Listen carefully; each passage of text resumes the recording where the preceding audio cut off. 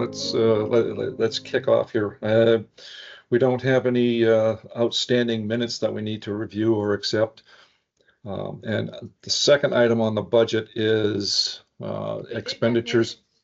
We did get minutes sent to us, so maybe we didn't have time to review them. Yeah. Just came in. Oh, then we obviously haven't had time to review them because I haven't seen, my email hasn't binged to notify me that it's there. I just sent them about half hour ago or so. Okay. I only see a typo in there for Killian's name. It's with a C and a K, and his last name is, I think, is Scott. Scott. Okay, I'll fix that.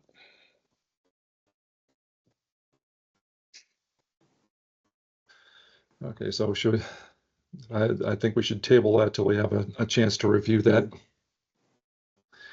And second item on the is budget expenditures and remaining balances. We are very tight up against the budget, and I still have the samples from the September, the phyto samples downstairs for September, and we're on the schedule for October. Now, the phyto samples are the most expensive ones to process outside of some one-offs. And we have a 1-year hold time on those. So we're not in a crunch to process them right away. But one of the concerns that we have, and this ties in with item number 3 on the agenda, which is FY 26 or 25, 26, 26, 27, whatever it is, the budget discussions. But we're very tight on the budget, and I don't think we can afford in this year's budget to process all of those samples, all of the phyto samples. Dave, can I ask how tight are we? And are you including the $1,000 budget that the committee has with the Conservation Commission? That I did not include in the total figure. But if we want to do some early sampling over the winter, like we did last year, getting some samples through the ice, and early next spring before the fiscal year kicks off again, I think I would like to hold that in reserve, which is kind of why we're having these discussions now. Just so you, excuse me, there's $213 left in the article account. So Not much. no, and it also ties in with some of the sampling that we did. It was a one-off when the beach was closed for the evil cyanobacterias, and I know Sabine, it sends chills up your spines, doesn't it? Yeah. But we had a couple of unexpected expenditures there, and we found some relatively cost-effective workarounds. There's, and this goes in with the proposing the budget expenditures for next year. We had, what I'm thinking of is about a 30% increase on the budget, and I don't have a whole lot of experience dealing with the town for budgetary items. How much pushback would the more experienced members who've dealt with finance committee and the select board, how much pushback do you think we could expect asking for a 30% increase in next fiscal year? We just have to explain to them why we're asking for it specifically. Yeah, we did a lot of it all part of the learning process that we've been going through this year, because we've done a lot more sampling than we have in the past. We had no sampling of anything outside of Pratt, plus we weren't getting into the cyanobacteria, the blue-green algae and things like that. And if, in my opinion, that has some real benefit moving forward for RecCom, Concom, some other entities besides lakes, ponds, and streams. We could actually have some real value to the town. And I don't know if that's going to be a valid selling point or not. Well, if we can demonstrate, or at least make the case that, we will, reduce the amount of time the beach may be closed. I think there's a demonstrable benefit to that, to the RecCom. So I'm wondering what the conversations that Diane was having around different test methods, the spot test and another method that she was investigating or understanding with her email. She was following up with the state. That would take a little bit of investment, but I'm wondering if that can come out of the Board of Health budget, since we would really be helping them. It's really about beach closures, being able to test it rapidly for cyano. Yeah, I guess in my mind, the benefit is mostly for the RecCom because it avoids lost income. Yeah, and public thinking or public Public mentality or safety. public perspective and public safety, etc.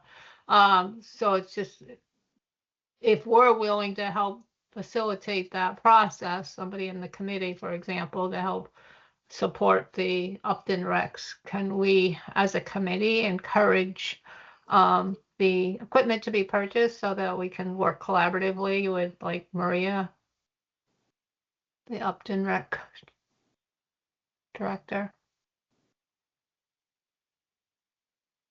I don't know what that would cost, so that's just something. One of the things that Diane had talked about, and I think it was like the litmus paper tests, but if I remember the email correctly, it said that it gave some quantitative results. And Lori, is that you joining us by phone? It is. Yep, I'm on now. Good evening. But she was Thank you. also Hello. finding out about another more accurate test too. That's a quick test. There was one that I saw online, and I'm pretty sure I sent everybody on the committee the information on that. The test kits were only like $25, and you get results in about 4 hours. And I think, and they're quantitative and qualitative. So you get both, you get specific cell counts and the types that you're dealing with. And I think those were only like $25 or $30 a test, which is actually fairly cost efficient if you ask me. Right. So it just seems like for next year, that's definitely a direction to go, especially when we're looking at the test results in that big report. We're going to have it happen again next year. So I would almost guarantee we're going to have it again next year. Yes, some of the data you sent out make me very worried, to tell you the truth. But one of the things that I wondered about was when we were at the meeting with them, they seemed to want us to use a certain company that we knew about that we would have used out in Washington State, but that was a lot more expensive. And I don't know that they would approve this new method, or if they wanted us to use that company that they also used and approved.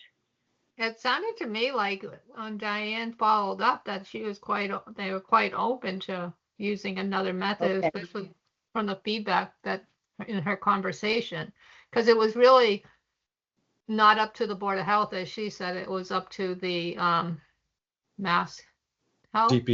Department of Public Health, yeah. Yeah, Department of Public Health. And in her conversations with the Department of Public Health, that they had talked about these other tests that other towns were using, a few other towns. I don't remember which town it was. I have to look in the email from It Diane. was Wayland. But what was it? Wayland. Wayland. So like if Wayland's using it and we're hearing firsthand from Department of Public Health that they were accepting what Wayland was doing, that seems like it's almost a no-brainer that we should be doing that. Great. Okay. If Wayland is using it, are they using it over on Cochituate? Does anybody know? Well, isn't that Framingham? Does it extend Well, into Wayland? Cochituate is in Framingham and Wayland and Natick, it's like a regional kind of thing. But I'm trying to think what other ponds that they might have in Wayland that they have a town beach or anything like that. Sabine, let me pick on you for a second. Did Hopkinton have any beach closures this year for cyanobacteria? Yes, We they were did closed. not- State Park, I believe, was closed, but not Maspinock. Hopkinton State Park? Okay. So I think Diane, I think the ball was in Diane's hand. I think she was gonna follow up with Wayland, so I think we should be shooting Diane an email to find out whether she did follow up with Wayland and whether they've been approved and what their success has been in these tests. I think you can go to the Wayland website, town website. I think there's some information on what they do, if I remember right.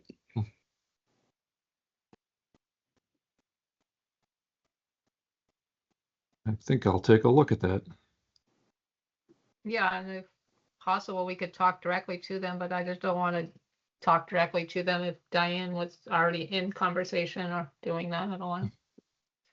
Well, in the email that she sent, she also gave one of the points of contact. I think it might have been her contact at MDPH. And she said she had no qualms with us reaching out directly to them as well. I'll have to reread that email. Oh, yeah. Can I they ask do a have- question? Sorry. Does Go your ahead. Board of Health do water testing? They're required to test for E. coli, which they do. I'm not sure how often. I don't know if it's daily, weekly, or whatever. But yes, they do testing for E. coli Okay. at the beach. Okay. A lot of to give you some further background, a lot of what started the conversations about cyanobacteria was that one day somebody noticed some green stuff along the beach and it just cascaded, and the town beach was closed for a while. We grabbed a couple of samples and we sent them off, and the numbers that MDPH, the Mass Department of Public Health, their cell counts per liter, I think, is 70,000, and our results came in at just around 10% of that. But the pond was basically closed for a week and a half because once you start on the process, you have to go step by step through the process, and the testing has to be a week apart until you get satisfactory results. Okay. It was actually 2.5 weeks because once I did the testing on the Wednesday, then it was the next week, then the next week. So it was closed quite a while. It was a while. And what we're trying to do is either shorten or even prevent the beach closures, because if we can get some quicker results that are qualitative and quantitative, to show that the cell counts are below the MDPH action levels, then I think we might be able to help the rec committee keep the beach open. Got it. But since we're still talking about the blue-green, did you folks have a chance to look at, I think it was the August 25th sample from that I grabbed when the mat was breaking up, and look at the numbers on that? Mm.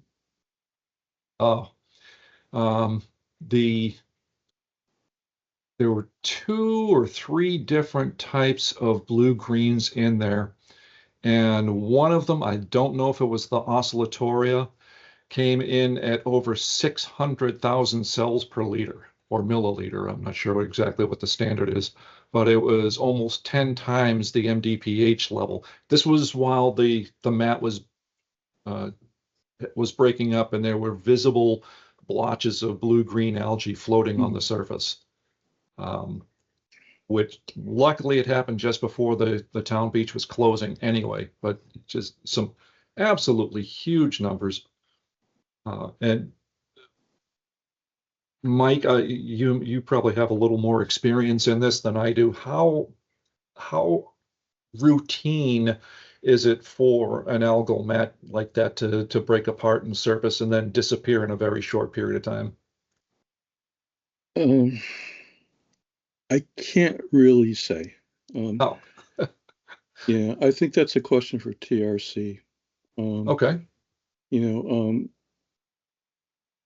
I'm not surprised it broke up quickly. But we've had evidence of the benthic mat at Pratt Pond for a couple years, at least. And this is the first year we saw saw it floating in clumps like it did this year. At least the first year we noticed it anyway. That was surprising, and I had absolutely no idea what it was. That's why I took some pictures and sent it out and said, "Anybody got any idea what this is?" But then, yeah, grabbing the open water samples, it was mind-boggling, mind-boggling. So hopefully we can we can get a little bit of traction with something moving forward, and help keep Pratt open if we can. Anybody else have any discussion items fun while we're still on blue-green algae and things along those lines? Yeah, looking through that report, that 32-page report, and that's probably where, Lori, you're talking about if there were some areas of concern, especially, I would say the algae sediment at P1, I think in the lower levels, was very high. I don't know. I'd like to hear people's opinion. I do think we should walk through that report a little bit to think about it, because is that the area that you're thinking of, Lori, that was troublesome to you? I can't remember. I'm going through my emails trying to find what you sent out, David, that had all that those algae numbers that were so high. Can you help me find that email? You Well, tell me this what the was date. also in the report that they gave us. It was they used the term extremely elevated. It was on page 21. Is that TRC's draft? Yes. That was Yeah, TRC's page- preliminary yeah. report. On page 21. I don't know if I'm anybody has back. it open. Yeah, and the spreadsheet that you were looking for, Lori, was just an email from me with just the Data. that one sample from August 25th. Is that an email you sent on September 7th? Yes, Or ma'am. about? Yep. Okay.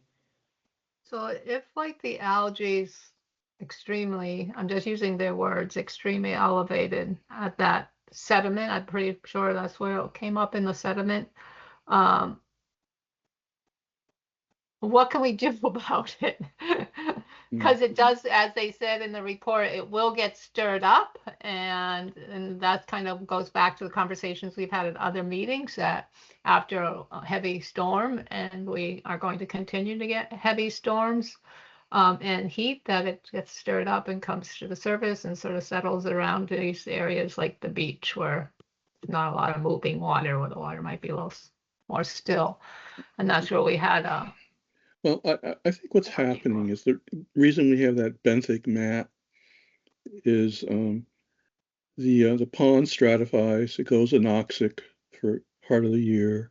It's anoxic. Phosphorus is being released from the bottom sediments, and that phosphorus feeds the bloom, cyanobacteria bloom in that bottom layer. And then apparently, for whatever reason, this year it got stirred up to the point that the blooms start to break up and float to the surface, and it was noticed. In terms of what can you do, I'm basically to see what TRC says, but I wonder if they're going to be recommending some kind of a treatment to bind the phosphorus. Yeah, that's kind of like where I am. It seems like I gave us results in some of the things like oxygen or pH. It sounds like our water is acidic, average between 6.2 and 6.4. But the bacteria is the cyanobacteria or the algae blooms, the algae sediment that's getting fed, like you're saying, through the phosphorus. Um, and now, as we continue in this direction of climate change, and we're having more and more heavy storms, I'm predicting we're going to have more stirring of the ponds. So I'm wondering how we can get ahead of this or plan accordingly. And I'd love to hear from there. Like, can we bind the phosphorus, or can we, like, I know that we're not in favor, or we don't have the capacity to drain the pond, but would that be the solution? Like, is that how people do it, or like, is there a way to help limit the Mm. growth? Yeah. You know, I like one thing is you suspect, can harvest chestnuts from the surface, but yeah, how do you harvest algae from the sediment? I suspect if they recommend anything other than monitoring, they're going to recommend an alum treatment to try to bond the phosphorus. What kind of tree? It's called alum, ALUM. Aluminum. It's chemical, Uh-huh, ALUM. Yeah. uh-huh. And Yeah, it's laying down there on the bottom. That makes perfect sense that we're testing it and finding it very low, and then those turbulent storms that we get bring it up to the top, and that's when the bloom starts. And now you mentioned that sediment, Sally, and that popped into my mind. I think what I'm going to do is ask Killian, our intern, to look at the weather probably the entire week before, and we noticed that mat starting to come up to the surface, and see if there was any significant weather events, high winds, thunderstorms, something along those lines that might have contributed to that. So just something else to keep him occupied. Yeah, And he is a good kid. He's into what we're doing. Yeah, so the idea of adding alum or something to help bind, I mean, I think that's all sounds good. I mean, I think that's our goal, right? Is not just to monitor, but to actually help manage the ponds. And if we're managing, like if this algae is something that we really need to be thinking about managing, and I feel like that's an important thing for us to be thinking about and managing is part of it by coming up with rapid test methods, but not just being able to detect it, but how do we remediate it or Making hold it. recommendations to the Yeah. town on how to handle it. Yep. Yeah, and it's possible that this too can help. Some of this can come out of the Upton wreck too, because really what we're trying to do is make the pond more swimmable, and safe for children and everybody else. So Getting way ahead of ourselves, but if we decided to propose a alum treatment, at least the first time it was done, I think it would be possible to get CPA funds. Doing it more than once would be maintenance, but the first time, I think you could call it restoration, and you could actually use CPA funds for it. Bill, do you think somewhere in the archives that you're so good at getting information out of, can you take a look and see if possibly there's any alum treatments that would have ever been done on in Pratt? No, I looked at all of the lakes and ponds, whatever it's called, aquatic weed management reports from 2015 on, and alum wasn't mentioned ever. Okay. Mm-hmm. I think the first time we really noticed the potential blue-green problem, as far as I know, was in 2017. There certainly may have been blooms before that that no one realized or noticed. But the first one that was reported, and someone actually took a sample and looked at it and saw blue greens, was 2017. And since then, we've kind of, maybe at least half the years, there's been some sightings, and then since we've been looking closely, it's pretty much every year. You've been seeing it.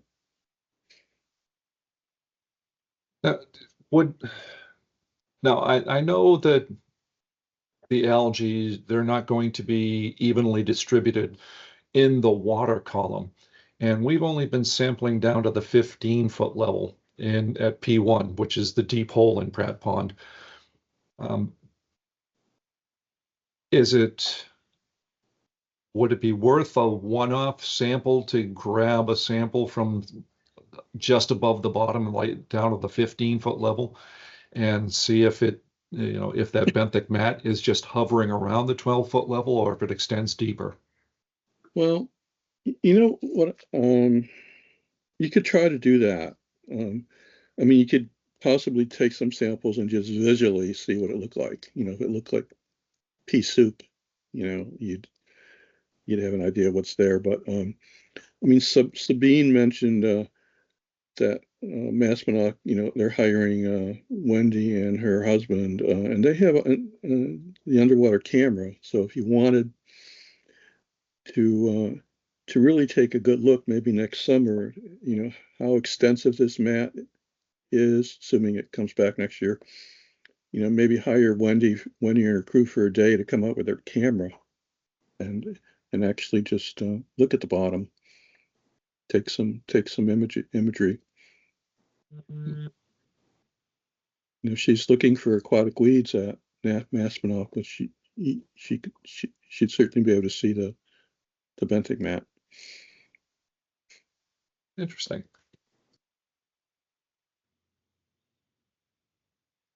Sabine, I don't know what their daily rate is. It's probably $1,000 or something like that. Sabine, could I pencil you in to act as a liaison with us for next summer if we investigate that? Sure, yeah. So DPW foots the bill for that. That's in part of their budget. So I can find out what the cost is.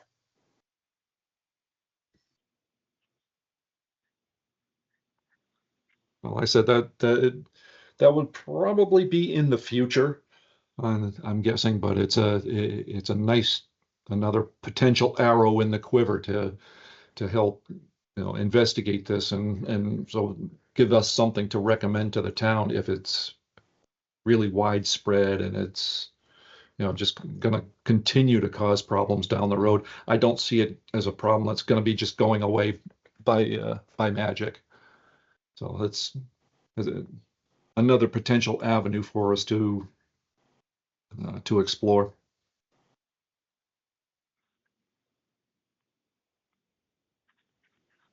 And Bill, thank you for sending us the treatment reports from, I can't remember the company that did it again. I have CRS, which is, can't remember stuff, but in their photos, it showed they did the cove down on the east end of the pond.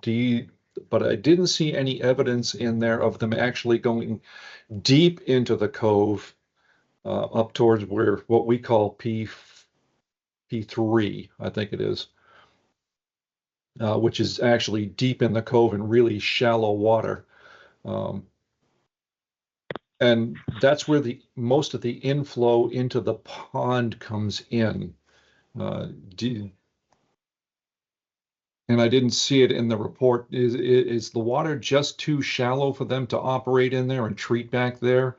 Or was it just, they just decided to sweep into the cove and call it good?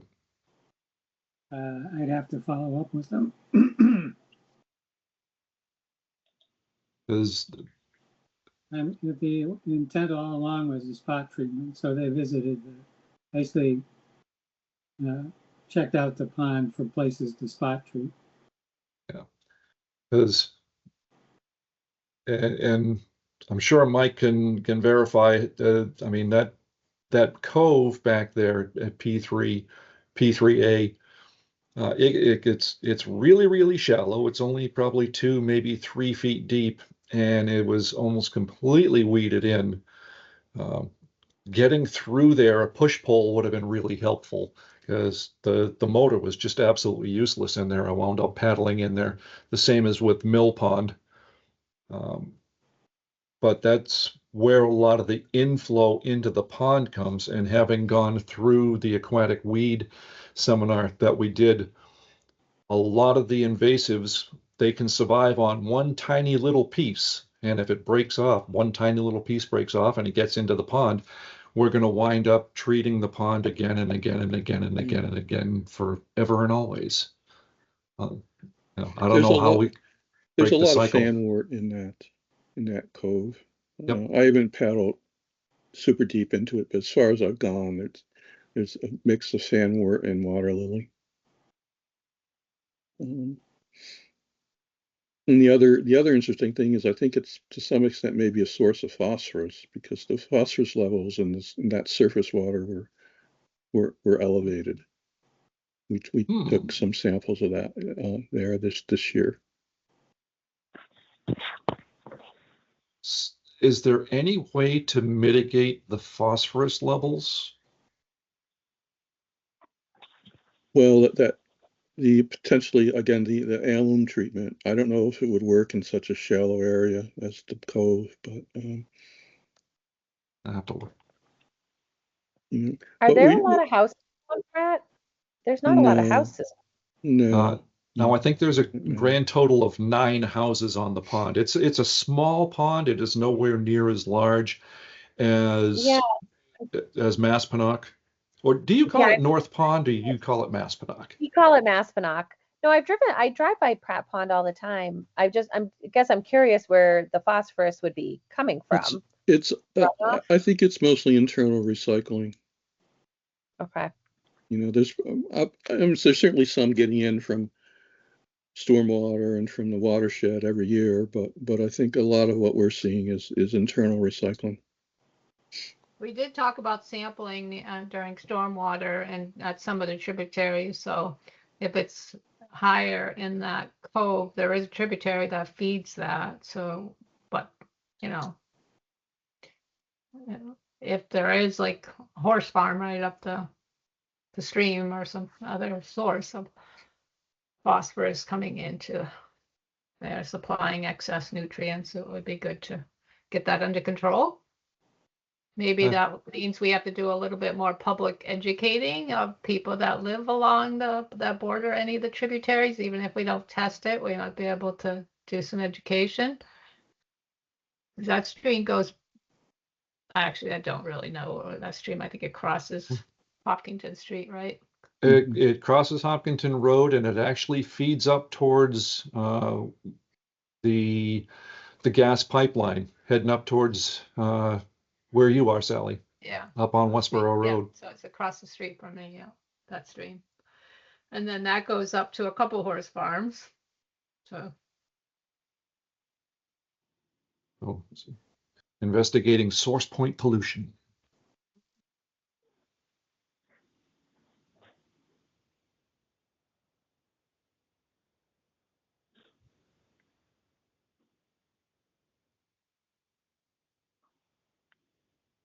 and that might be just a matter of us trying to, and maybe even Killian could be part of that too, if he does a little research on that, is to try to make a flyer that we approve that could be sent out or put in the Upton Crier or some way to just sort of, or the Upton, whatever it's called, not the Crier anymore, the Upton Town.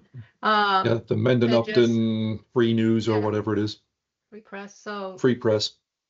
if we're That's a good able to idea. just do a little bit more education, so in case maybe somebody does have their manure pile right next to the stream and doesn't know better. So I jotted a note for that. So that next time I don't know if I he's talk an to Killian. artistic person, he might be able to put something together, but some of these young kids are pretty good with Canva and Adobe and some of the different Hmm. ways of making a nice flyer. Okay. Any further discussion on the blue-green algae and the weeds and things moving on? So Well, Dave, yeah, I do have just, so we have, for September, we have some, phytoplankton samples that are currently being archived, right? correct. I was wondering if there's any of those that it would be very beneficial to have analyzed. I'm thinking like, P1 at depth again, maybe. If we could spring for one more analysis, just to kind of round out. Okay. We put a lot of Yeah. work in this summer. Have a good data set, and it'd be nice to kind of extend it at least from August until September. Yeah, the water is cooling right now, and I don't think that we have to worry about too many algae blooms for the rest of the season. But I do have the September sample, and yeah, I think that would be a good endpoint to kind of close that loop, because it is at P1 at depth at the 12-foot level where we've been getting most of the hits on the blue greens. Mm-hmm. So yeah, I can support I can support sending that off. Okay.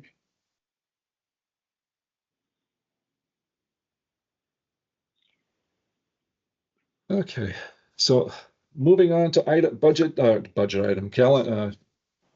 agenda item number 5, the end of the year report. I've started penciling together the end of the year report, and I need to ask your folks for your input on it as well. If you can think of any significant events that have occurred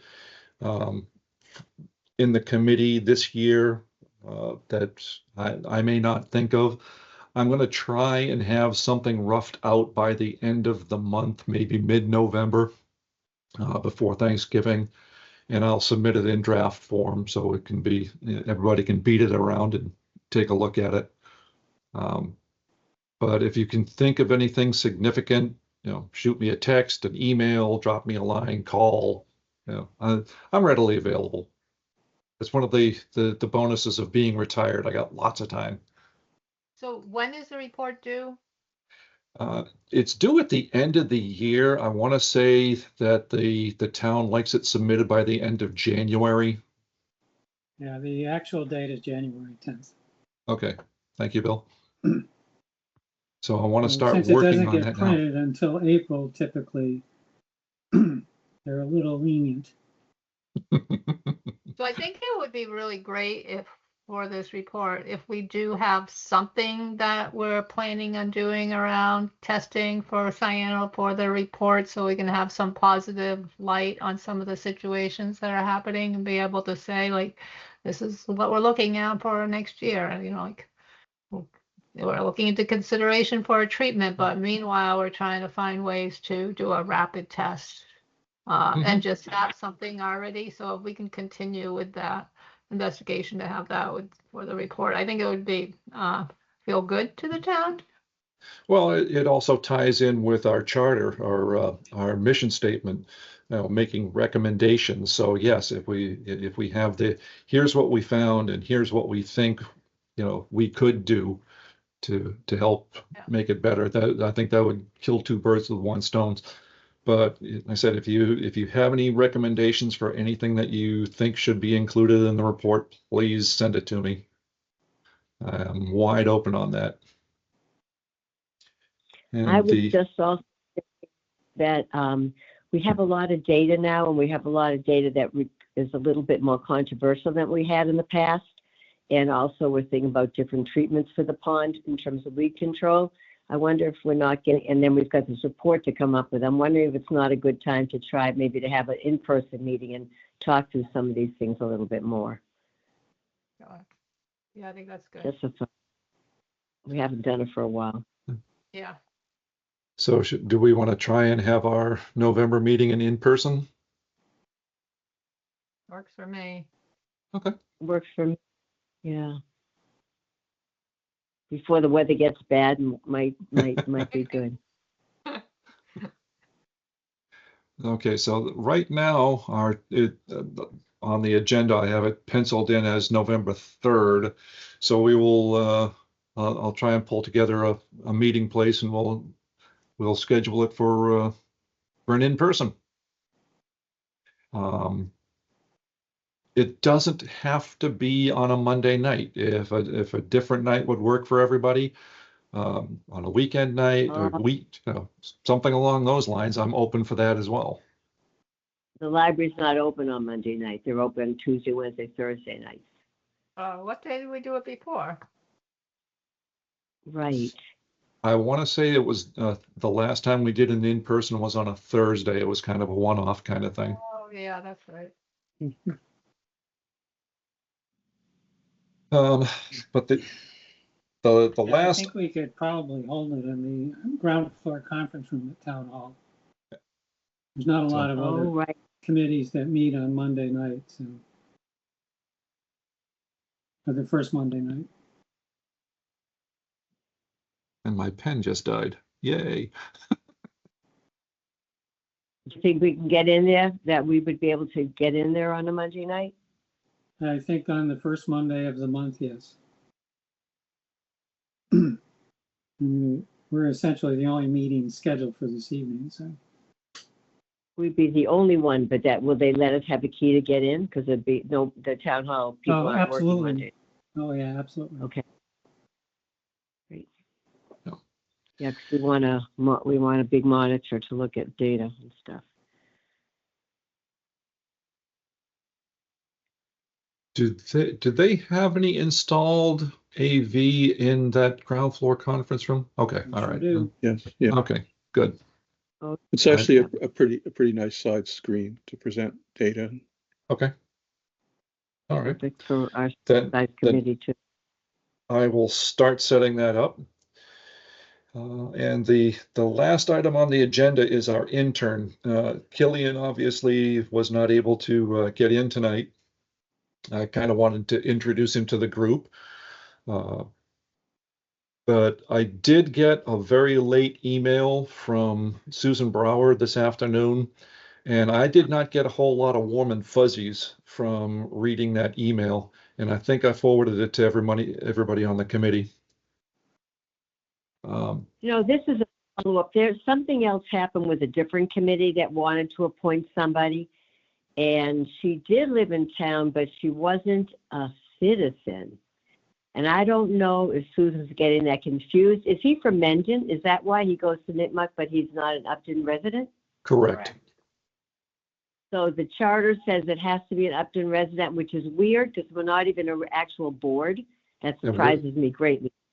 A completely volunteer committee. So yeah, that's one of the selling points that I want to try and make to the select board tomorrow. But the tone and timbre of Susan's letter sounds to me like she's made the decision for the select board. Well, no, she won't do that. Well, she did put a disclaimer in there that the decision is up to the chair. But I still plan on going tomorrow and making the pitch to try and get this kid. He's a really nice kid. He's enthusiastic. The more we get to know each other, the more he's opening up to me. And he really is excited about interning with the committee. He wants to get out there and do the sampling. He wants to be involved in all of this stuff. So plus, he would inject some much needed youth, which I'm just. I didn't read his email. I read his email. I mean, I read his email, but I didn't read it through the lens that you're talking about, Dave. I just read it as the fact that she did not agree that we could make him a member because he's not a resident, but he could still work with us as a volunteer, but would not be able to vote. and that we would acknowledge his volunteer work.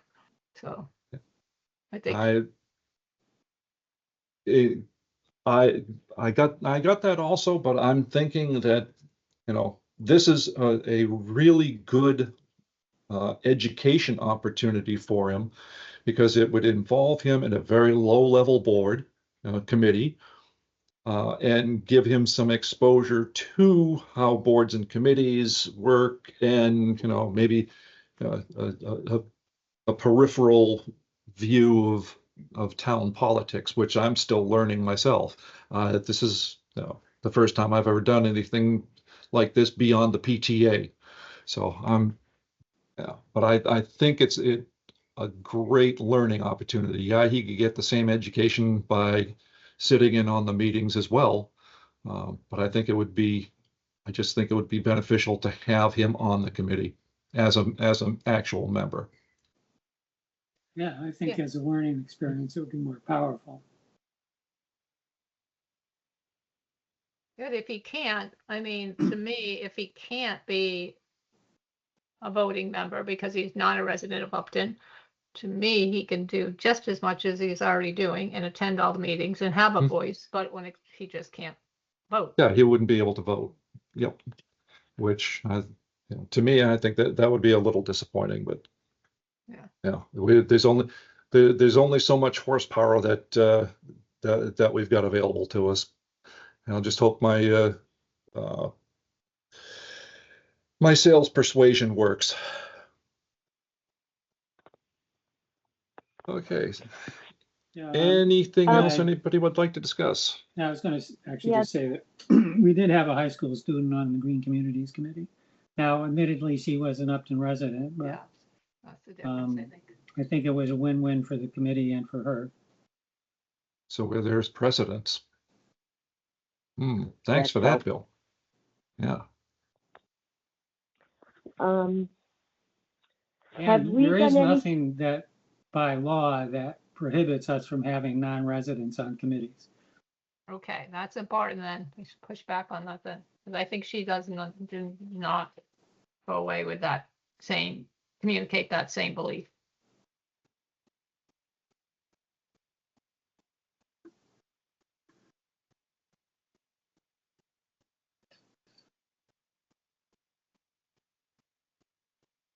Anybody else?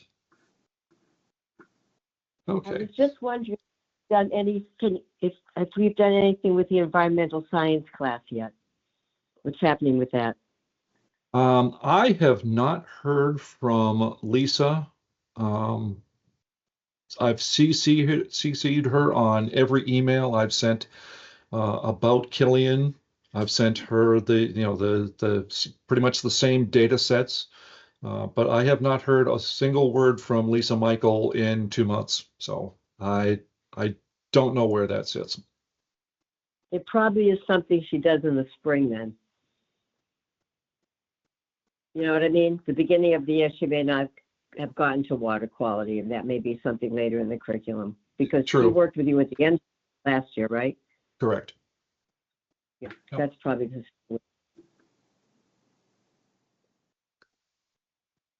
Okay. All right. Any other last minute items? And Lori, you weren't here when the meeting first kicked off, and I know you're on the phone, but joining us this evening from the Lake Maspinock Preservation Association over in Hopkinton is Sabine St. Pierre. You're the president of that organization, Sabine? Yeah, she's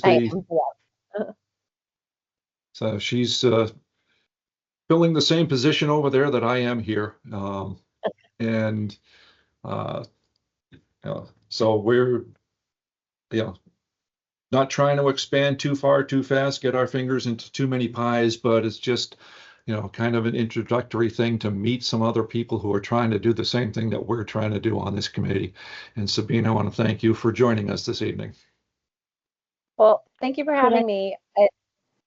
Go ahead. I had this thought. I've noticed lately, well, my understanding is that you did drawdowns for years and years and years and years until last year, use a different method of weed control there. And I think I've seen some signs around town, some concerns about what's being done, or people who want it to be more the way you're doing it now. So maybe at some point you could let us know a little bit more about the background of what's happening there and how you folks are managing weed control. Sure, I can give you a quick overview if you want while I'm here. So Okay. we started back in 2015 and went to town meeting to try to get herbicides approved as the LMPA. I wasn't a part of it at that point.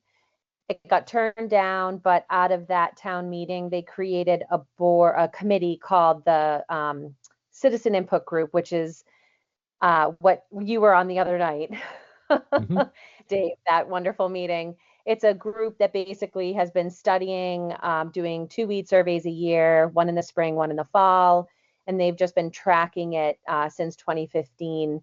We used to use Dave Mitchell. Now we use ARC, the limnologists, and they've researched all the different tools that we could use to manage weeds, from benthic barriers, drawdown, dredging, hydro raking, herbicide treatment. And so 2024 was the first year that they recommended herbicide treatment, because we just got to a point where we couldn't manage it anymore with the drawdown. Drawdowns are only effective if we hit our 8 feet and we get those freezing cold temperatures, which has been really hard to do the last several winters. Last year, we didn't do an extended drawdown, but because they had to do work on the dam, instead of our traditional 4 feet, they went closer to 6 or 7 feet, and we did get the really cold. So between the herbicide treatment and the semi-extended drawdown, we had some pretty good results. But this year, as Dave heard on the call the other night, when you treat one thing, someone referred to it as the herbicide treadmill. When you treat one thing, you kind of open it up for other things to grow, whether it's native. We did see some good native weeds come back, but we also saw, we treated for variable milfoil, and now we're seeing more Eurasian milfoil this year. So I believe the committee, they've decided the other night that they are going to recommend an herbicide treatment for next spring. So that's a very quick overview. And So I don't know. I can tell you from firsthand experience, Sabine, because I fish in North on a fairly regular basis. It's one of my favorite nighttime fishing spots. It's a challenge to get in there now because the cops finally chased us out of there. A couple of old guys going in there at night fishing, but no, can't do that anymore. But the weeds this year were not as bad as they were 2 or 3 years ago. Correct. Yeah. Yeah. It's definitely And- better. We just did a campaign. The LMPA just did an educational campaign. So I don't know if the signs you saw, it said control lake Control weeds. lake weeds. So those signs were from 2015. The Lake Association bought those because they were pushing for the herbicides. I found the collection of them in my shed and was like, let's put these out, and hopefully people will go to lmpa.org and see that we have a lake health tab that has a bunch of resources, and some are from the Conservation Commission. I created one on lake friendly waterfront practices, talking about the non-phosphorus fertilizers. It was not of popular opinion with a particular person on the call, but I put up a link to a Vermont. Vermont had done a really nice job at developing this great little synopsis of do's and don'ts on waterfront. And it's the same thing. It's like, why recreate the wheel? We don't have to create our own things when other people have already done it, and just share what they've done. So we're all volunteers doing the best that we can to educate the public. So that was our big September campaign, on just educating the public on what we can do to reduce what's washing into the water from, people's yards. And Lori, I know one of your comments in the past has been about drawing down Pratt even further. And the last time I went over to get samples from Mill Pond. I was looking at the dam, and I don't know what the actual boards are that they put in there, but they're only about 2.5, maybe 3 inches tall. And at the dam on River Street, they can take one more board out, which would lower Pratt maybe another 2 inches.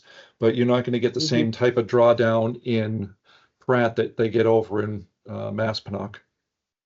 Right, And right, we're right. we're doing it extended this year. We got approved, but they're going to monitor it very closely because of the drought conditions.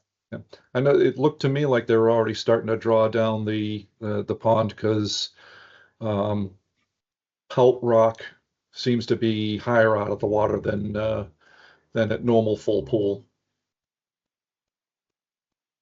And they've drawn down the state park, right? That's been drawn down. Is that correct? I was there last week and Feel like that does do a drawdown.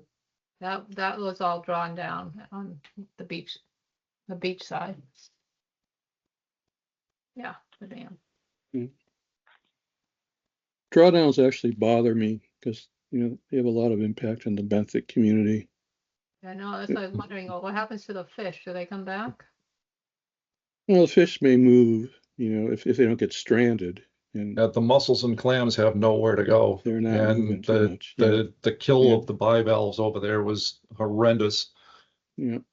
So what you're I think- doing is you're Yeah, I think the manipulating the habitat to make it more amenable, more suitable for human use at the expense of the invertebrate communities.